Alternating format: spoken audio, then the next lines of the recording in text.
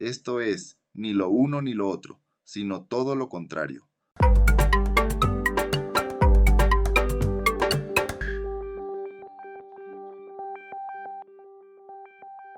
Hoy tenemos un episodio especial del podcast de Ni lo uno ni lo otro, sino todo lo contrario, como parte del Podcastón 2026. Hoy estaré haciéndole una entrevista a Jorge Verezo de Oikocredit.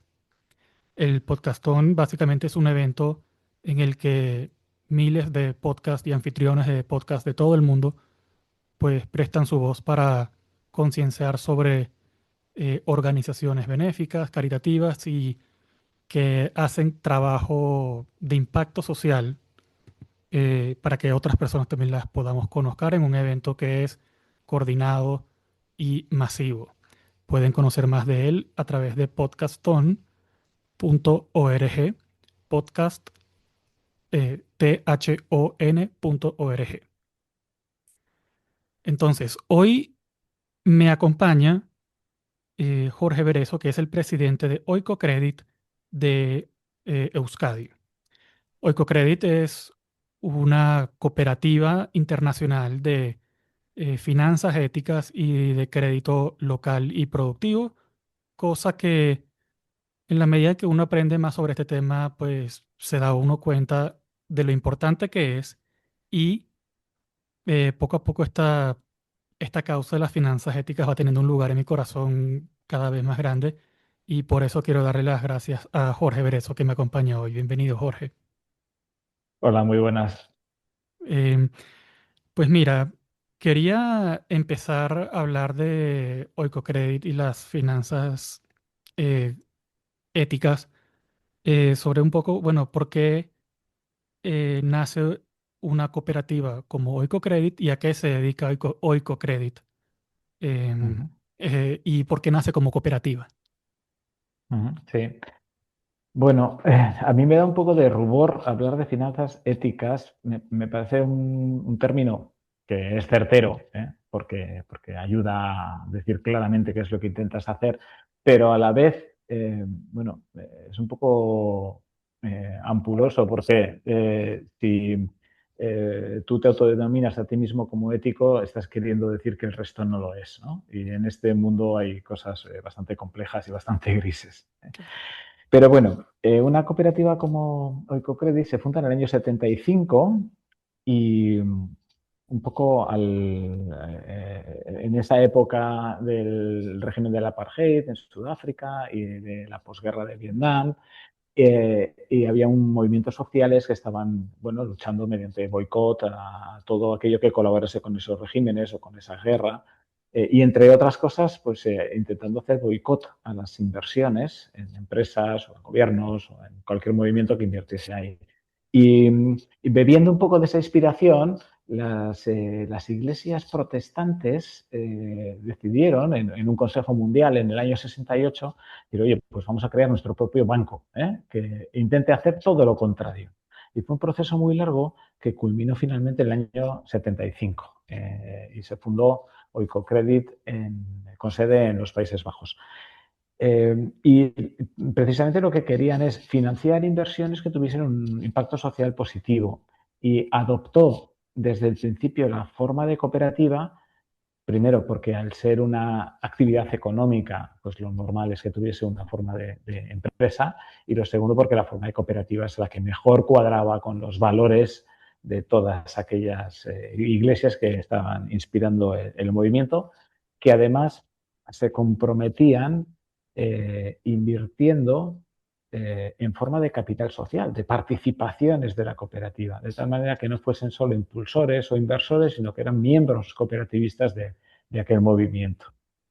Esto es las personas que ponían su dinero dentro de Oikocredit. O sea, además de ser inversores, eran miembros de la Sí. cooperativa. Inicialmente, estamos hablando del año 75, eran solo las iglesias podían comprar participaciones del Cocredit.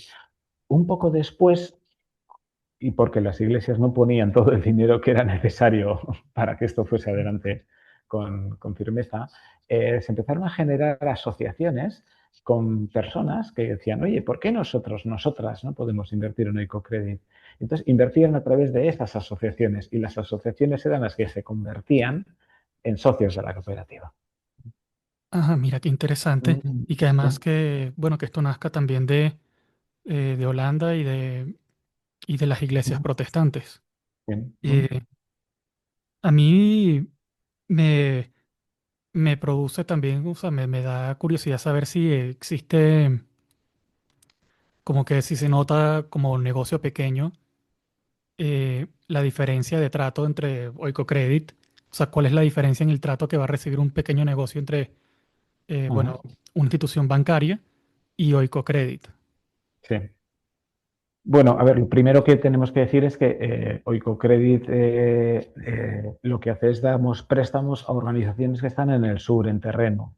Normalmente no damos préstamos a una persona que necesite, pues no sé, para su puesta en el mercado, comprar pues eso, mercancía o para un agricultor, sino que nosotros financiamos a organizaciones locales, que son, muchas de ellas son lo que se llaman microfinancieras porque conceden microcréditos en los países en los que estamos. ¿Vale? Y también financiamos otra serie de proyectos, unos que son proyectos agrícolas, pero vamos a la organización agrícola, pues a la asociación de cultivadores, a la cooperativa de productores o a la cafetalera o a la procesadora de, pues de caña de azúcar, a ese tipo de organizaciones que luego, con el préstamo que le damos, hacen cosas que luego benefician a sus cultivadores. Y también estamos financiando proyectos de energías renovables, pero proyectos de pequeña escala, más de generación distribuida en pequeñas aldeas o de producción de kits fotovoltaicos para los hogares, ¿no? Entonces, nosotros no tenemos contacto directamente con la persona que recibe el microcrédito al final, pero sí nuestras organizaciones, las organizaciones que nosotros apoyamos. Y ahí, hombre, es un movimiento enorme en el mundo. Hay millones y millones y millones de personas, entonces se producen casos de todo tipo. Claro, claro. Hay personas organizaciones que tratan mejor y otras que tratan peor. Nosotros lo que sí que obligamos es que a que todas esas organizaciones se adhieran a lo que se llaman los principios de protección del cliente. Porque, por una parte, es muy importante tener transparencia y claridad absoluta. Muchas son personas muy humildes, a veces con poca cultura, que a veces no entienden bien los términos del préstamo. Claro, Y a veces hay que hacer, pues no sé, incluso explicar el préstamo con gráficos, ¿no? Con dibujos, claro. porque pueden llegar a ser personas analfabetas, ¿no? Entonces hay que explicarlo muy bien y con mucha transparencia, ¿eh? Y no buscando pues, comisiones encubiertas ni intereses escondidos, sino que eso sea todo muy claro. Y lo segundo es que los préstamos son una herramienta de desarrollo muy potente, pero muy peligrosa. Muy peligrosa porque si se sobreendeuda a una persona, le estás cargando con algo que no puede soportar. Lo peor que se le puede dar a una persona, bueno, muchas cosas malas, ¿no? Pero una de las cosas peores es darle un préstamo que no va a poder pagar de ninguna de las maneras, porque lo único que va a hacer es hacer crecer su deuda, con los intereses y con el tiempo.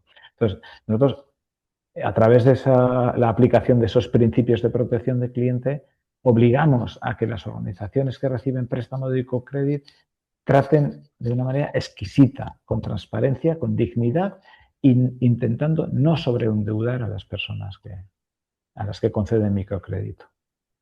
Oye, pues me parece súper interesante eso porque, fíjate, por un lado, el sector bancario y de finanzas suele ser todo avales, todo papeles, todo garantías, todo esto y aquello. Cuando uno se mete esto por ganas de ayudar a las personas, pues creo que los requisitos tienden a ser otros y creo que he visto en algunas entrevistas que, bueno, reseñar que Oikocredit tiene un excelente crédito, es un excelente digamos, ratio de que la gente paga de Mm. vuelta.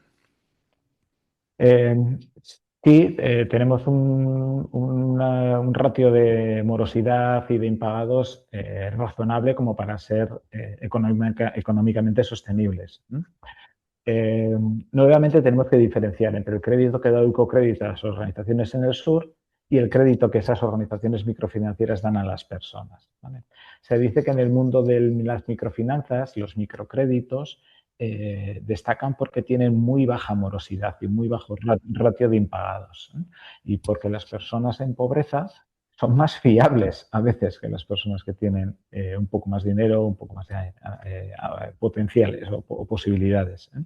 Y es cierto, el ratio de impagados de las entidades microfinancieras suele estar por debajo del 3%, muy por debajo del 3%. Vale. En el caso de Ecocredit, nosotros intentamos prestar con riesgo a aquellas organizaciones que mayor impacto social producen en el sur. Y a veces son organizaciones que están en zonas remotas, son organizaciones que no están suficientemente maduras y tenemos que equilibrar siempre qué riesgos asumimos, qué garantías les pedimos, qué impacto consigue. Y nuestro objetivo es bueno, pues que nuestro ratio de morosidad a 90 días esté controlado, ¿no? Porque si no, y nuestro ratio de impagados también esté controlado. Eh, y es difícil, porque estamos en muchos países y pasan muchas cosas, ¿no? La situación que ha vivido Bolivia durante los 2 últimos años, por ejemplo, en los que ha habido la imposibilidad de sacar dólar del país y a nosotros, algunas de las organizaciones teníamos el préstamo en dólares y tenían que devolvernos el préstamo e intereses en dólares y no lo podían sacar del país, ¿no? Entonces eso genera pues, más morosidad y más impagados. Esto es un ejemplo que puede pasar en muchas otras partes del planeta o en organizaciones concretas. Entonces, es todo un reto equilibrar el riesgo con el impacto y ser sostenibles. Muy bien, claro. Y, por ejemplo, cuando las personas reciben crédito de parte de esas organizaciones microcrediticias, ¿qué otras cosas, o sea, pueden recibir esas personas en materia de, bueno, de lo que hace, lo que pueden hacer con esas finanzas? Por ejemplo, no sé si el agricultor, pues le dicen cómo adquirir las semillas y el fertilizante que tiene que adquirir o una formación de agricultura más sostenible. Eh, Sí, sí. Hay muchos casos y hay muchos ejemplos y algunos muy bonitos, ¿no? A ver, una cosa importante es que a veces esas organizaciones microfinancieras también le dan la posibilidad de ahorrar, de tener una pequeña cuenta corriente de una libreta que tiene mucho impacto, porque la posibilidad de tener un dinero ahorrado le ofrece a la familia más capacidad de adaptarse a las circunstancias, ¿no? La fluctuación de ingresos y gastos que tienen estas familias es muy alta en comparación con su volumen de fondos. Y, y parece una tontería, pero tiene mucho impacto que les ofrezcan la capacidad de ahorro. Y después, otra cosa que suele ser es que estas organizaciones microfinancieras tienen un lugar muy importante dentro de la comunidad. Al final son casi como un nodo, un referente. Y a través de estas organizaciones microfinancieras a veces se dan servicios que no se dan desde otros ámbitos porque no hay una institución pública que lo dé o porque no hay otras ONGs o organizaciones que lo den. Hay muchas organizaciones microfinancieras, bueno, por una parte que dan educación financiera, es decir, que le enseñan a la familia, oye, ¿qué es esto de los ingresos y los gastos? Maneja bien tu dinero, sé prudente, cómo ahorrar, cómo invertir. Hay muchas organizaciones microfinancieras que yo me he encontrado que dan formación o capacitación en salud o en sanidad y en prevención de la natalidad y de salud materno-infantil. Pues porque no hay otras organizaciones que lo den. Hay muchos casos en los que nosotros, por ejemplo, le damos un préstamo a una cooperativa agrícola y esta cooperativa agrícola con ese dinero pues puede comprar un almacén o mejorar el procesamiento del café o comprar fertilizantes que luego vender a sus cultivadores O también, muchas veces, con ese dinero dan microcréditos a sus propios cultivadores, ¿no? Entonces, en ese tipo de organizaciones es muy normal, muy habitual que esa organización cooperativa local, agrícola y también financiera les dé formación sobre cultivos, ¿no? Pues, por ejemplo, cómo adaptarse al cambio climático. O me acuerdo hace unos años que vino la plaga de la roya sobre el café en Latinoamérica. Pues muchas de estas organizaciones ayudaron a sus cultivadores a protegerse o a mitigar los efectos del hongo de la roya. Es muy habitual que las microfinancieras no solo den préstamos, sino que den muchas cosas más.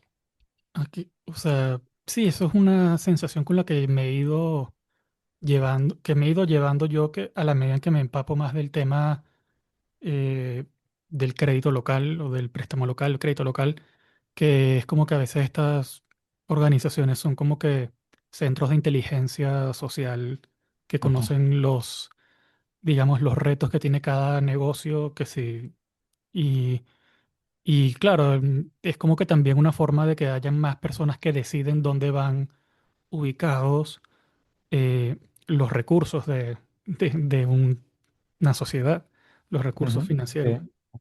Sí. Sí, a ver, no hay que tampoco mitificar esto, Claro. porque el mundo de las microfinanzas, ya te venía diciendo antes, que es muy amplio.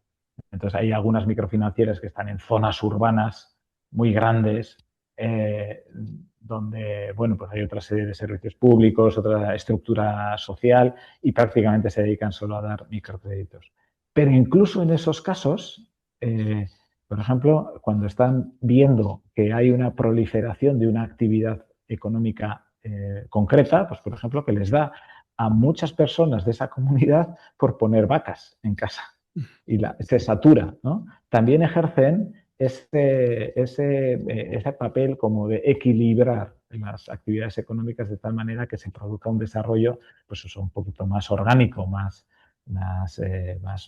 equilibrado, ¿no? Valga la redundancia. Claro, claro. Y, Mm.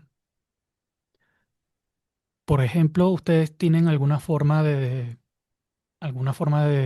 decidir o de una primera toma de contacto con los proyectos que quieren financiar? Sí, sí, sí. A ver, nosotros tenemos una gran ventaja y es que tenemos oficinas en el sur.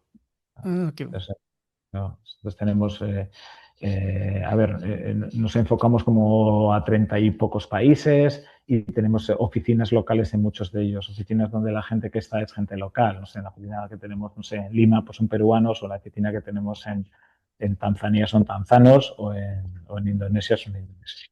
Eh, y entonces son gente además que normalmente tiene una formación alta y luego tiene también una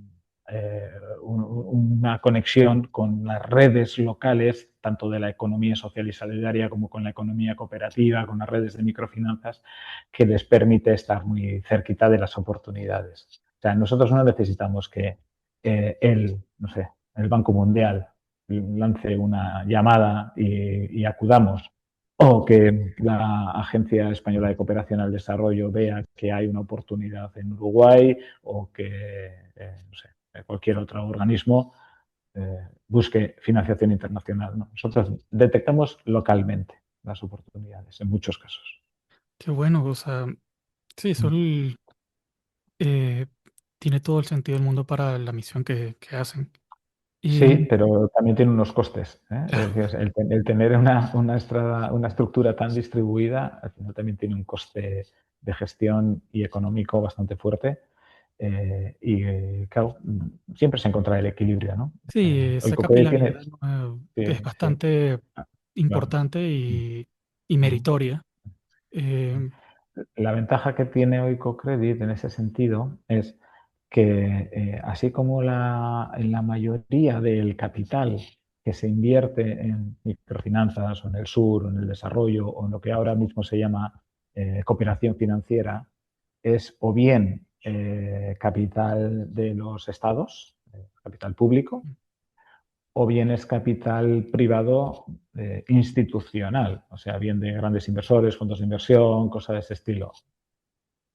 Nosotros no. El capital que invierte Ecocredit viene de 45.000 personas.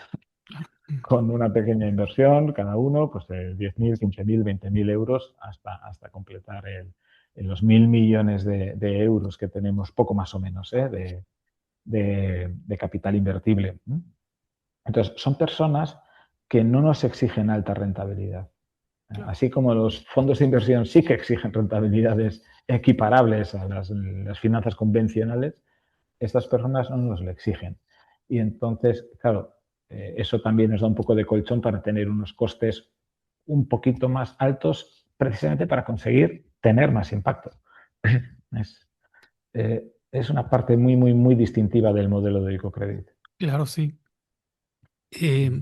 Yo a veces reflexionaba que, bueno, así para mis adentros, que a veces no entendía por qué las finanzas tendían a la concentración, pero es que, claro, me estás diciendo que tener tanta capilaridad, estar presente en tantos locales, bueno, al final el tema de la concentración para mí era como que le hacía el trabajo más fácil a los reguladores. Eso es para una forma que yo, como Sí, que sí, ustedes bueno, están sí, lidiando con la complejidad de cada casuística, de tantas claro, cosas a la vez y cada país tiene una divisa distinta, una moneda sí, distinta, cada país tiene una regulación distinta. Nosotros firmamos muchísimos de nuestros contratos en legislación local, en moneda local. Eso es complejísimo. Hay muchos financiadores de microfinanzas que solo conceden préstamos en moneda dura, en euro dólar, o que solo lo hacen bajo la legislación bien de los Estados Unidos o de algún miembro de la Unión Europea, ¿no? O sea, eh, uf, eh, sí, manejar esa complejidad es difícil. sí, sí, sí, yo me imagino. Eh, a mí también otra cosa que me gusta de esto del crédito local es que, Mm. bueno, a lo mejor la sostenibilidad, los objetivos de desarrollo sostenible son más fáciles de incorporar cuando las externalidades de tu actividad las asume tus vecinos, los compañeros del colegio de tus hijos, tus trabajadores a lo mejor pues, van a ser también tus vecinos. Eh, ¿Tú lo ves así también? Sí, fíjate que nosotros no estamos ahí porque nosotros es capital de muy lejos que llega a una comunidad. ¿Eh? Y entonces el inversor no paga las externalidades de lo que hace. Eh, pero, sin embargo, uno de nuestros criterios para financiar es necesita crédito externo, porque si hay un circuito de ahorro-préstamo local, es mucho mejor. No sé, el espíritu de las cooperativas de ahorro que se generaron en toda Europa, o perdón, de las cajas de ahorro en España y luego de las cooperativas de ahorro y crédito en buena parte de Europa, es eso, es ahorro local, es circuitos próximos donde la cadena de responsabilidad no se pierde. Claro, claro. Y claro, si comparamos eso con el extremo de las hipotecas subprime Sí, a finales de la década de los 2000, donde la cadena de responsabilidad se había perdido absolutamente, porque nadie sabía quién tenía el activo tóxico, nadie sabía a qué banco se le había vendido empaquetado de una manera u otra ese paquete de hipotecas que nunca se iban a pagar, ¿no? Es el extremo, ¿no? sí, sí, sí. Cuanto más local y más cercano, mucho mejor.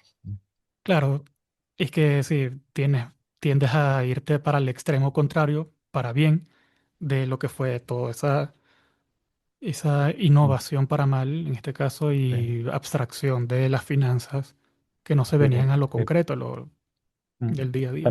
También es cierto que la necesidad de que haya capital externo en determinados países para microfinanzas, para agricultura o para energía renovable o para otros proyectos, para vivienda, para educación, es porque no se han generado esos circuitos cercanos de ahorro y crédito. Y lo cierto es que en los países lo bueno es que el desarrollo económico productivo y el desarrollo del sistema financiero vayan a la par. Vayan a la par. Entonces, Claro. sin embargo, no se produce así. En algunos sitios hay una hiperinflación del sistema financiero, sobre todo en los países del norte, y en los países del sur hay un subdesarrollo del sistema financiero, porque ese sistema financiero solo se concentra en las élites o en las grandes empresas, en los grandes movimientos, y desatiende tanto a las clases más empobrecidas como también a las pequeñas empresas, a las pymes. Las pymes también están muy desatendidas, no hay ese sistema financiero local y es lo que se llama el missing middle, ¿no? Ese intermedio perdido, que nadie atiende y al que se están empezando a dirigir muchos esfuerzos de cooperación financiera. Bueno, eso es una excelente noticia. Quería, em, digamos, a ver, si, o sea, por ejemplo, las grandes empresas son las que suelen presumir de todo esto, de sus objetivos de desarrollo sostenible, de todo esto, pero en realidad muchas veces son las empresas pequeñas las que lo hacen. Y me sorprende también que Oicocredit, o sea, que también a pequeña escala se pueda financiar proyectos de energía renovable, cuando yo lo tenía así como que algo de mucha mayor escala. Mm. Eh, eh, entonces, me parece que la energía renovable tiene que ser mucho más factible, ¿no? ¿Estás de acuerdo con eso? Cada vez es más factible, porque cada vez hay más agentes locales que están haciéndolo a pequeña escala.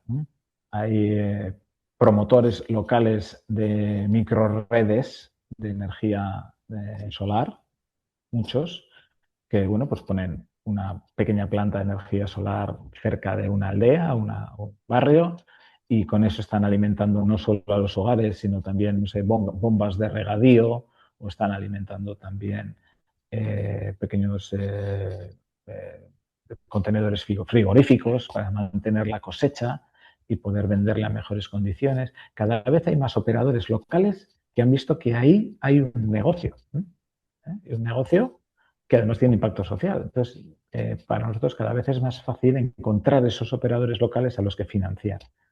Y luego otro ejemplo muy claro es que hay bastantes empresas que se dedican al diseño, fabricación y venta de los kits solares familiares. La familia pone en el tejado de su vivienda un pequeño kit solar y por lo menos tiene alimentación para luz y para un par de tomas eléctricas, pues para cargar el móvil o para tener enchufada la televisión o para cualquier cosita. Eh, y eso está ayudando a electrificar muchas zonas rurales. En algunos casos, zonas que están, o en muchos casos, zonas en las que no llega la red eléctrica, pero en muchos casos en los que sí que llega la red eléctrica, pero es muy poco fiable. Y entonces las familias deciden, oye, compro este kit, reduzco mi factura de la luz, porque pagan menos, consumen menos, y además es mucho más fiable. Entonces hay muchos movimientos interesantes para la dotación de energía renovable en zonas remotas del sur. Es bueno. Eh, Mira, quería saber ya sobre la propia organización Oicocredit, em, que aquí en España, bueno, están en Euskadi y en Cataluña. Tú eres el Ujú. presidente de Oicocredit de Euskadi y quería saber si, por ejemplo, las personas que están afiliadas o las organizaciones que están afiliadas a Euskadi son las que, por ejemplo, tienen alguna forma de decidir en qué invertir con respecto Ujú. a Cataluña, por ejemplo. Sí. Pues la realidad es que no. Fíjate qué fácil sería decir, sí, las personas pueden decidir que su dinero vaya a proyectos de cultivo de arroz en Camboya, ¿no? Claro. No. Eh, Hay transparencia absoluta. Se alistan todos los proyectos en los que está el dinero invertido, pero hay que ser conscientes de que hay que equilibrar mucho. No podemos invertir mucho en un país, demasiado en un país, porque asumimos demasiado riesgo. No podemos invertir demasiado en un sector, hay que evaluar cada uno de los proyectos, tanto en su impacto social como su evaluación económico-financiera y de riesgos, ¿no? Entonces, dejar eso en manos de los ahorradores para decidir directamente qué proyectos invertir y qué no, es una quimera. Es una quimera. Eh, es una organización cooperativa también. Entonces, los ahorradores siempre pueden participar a través de las asociaciones de apoyo y tienen voz y voto y una voz muy alta dentro de la gobernanza de la cooperativa. Eh, También es cierto que las personas que normalmente invierten, en su mayoría, tampoco están buscando tener una participación muy alta, ¿no? Digamos, es un síntoma de nuestro tiempo, ¿no? Cada vez participamos con menos intensidad en las cosas, ¿no? Bien sea, no sé, en un medio de comunicación popular distinto, pues sí, hacemos nuestra contribución, somos socios, pero que no me llamen a las asambleas. Y lo mismo, si partimos en una cooperativa de energía renovable, yo participo y me cuesta ir a las asambleas, ¿no? En el Cobre pasa un poco lo mismo. Claro. A la gente le cuesta participar y proponer. Y una pregunta, ¿cómo puede una persona en su día a día, que a lo mejor no sea inversor, pero apoyar al tipo de economía que Oikocredit visualiza, que es la visión de Oikocredit? Uh-huh. A ver, tenemos un movimiento muy potente de economía social y solidaria en Euskadi y perdón, Euskadi. Yo hablo desde Euskadi, pero también en España y en en el resto del mundo. Entonces, dentro de esa economía social y solidaria hay opciones de consumo muy claras, desde telefonía, energía, eh, mm, eh, no sé, consumo ecológico, vivienda cooperativa, banca, seguros, opciones de consumo hay muchísimas, muchísimas, y dentro de la economía social y solidaria. Y además con un nivel de calidad y de servicio al cliente muy alto, muy bueno. Probablemente no podamos tener todas las nuestras opciones de consumo dentro de la economía social y solidaria, pero una buena parte sí. Vale. A mí desde Ecocredit hay una parte de esa economía social y solidaria que me llama mucho, que es el comercio justo, ¿eh? Porque es lo que nos vincula con el sur, que es también donde está Ecocredit, ¿no? Ecocredit también financia muchas de estas organizaciones agrícolas cuyos productos se meten en las redes de comercialización de comercio justo, ¿no? Entonces, cualquier persona puede comprar un café de comercio justo, puede comprar panela de comercio justo, o puede comprar 1000 productos que hay dentro del comercio justo, ¿no? Entonces, en nuestro rol como consumidores de productos financieros, de inversor, o ahorrador, de cualquier otro tipo de producto, podemos. Y además, podemos ser también eh, activos, activistas. También podemos alzar la voz para decir que hay otro tipo de economía posible, ¿no? Claro, sí. En todos los lugares, en redes, en tu pueblo, en tu barrio, en tu comunidad. Claro, sí. Y me gustaría, no sé, hacerte como que una pregunta a modo de reflexión final. Eh, Mira, ¿cómo resumirías la diferencia entre la economía financializada predominante y la economía que promueve, que es la visión de Oikocredit? Uh-huh. En la economía financiarizada se ha producido como una gran brecha entre la economía real y la economía financiera y las finanzas. Eh, Por una parte tenemos esa economía productiva de las fábricas, los campos de cultivo, las viviendas, el trabajo de la gente, el consumo de la gente. Y luego vamos a los bancos y vemos que una enorme parte del capital que manejan los bancos no está dirigida a financiar ese tipo de actividad, sino que está dirigida a una economía especulativa a corto plazo, en mercados financieros muy volátiles hasta el punto de que la economía financiera ya casi tiene como una vida propia, que no tiene esa vinculación al tejido real, a la realidad de lo que pasa hoy en día en nuestras calles.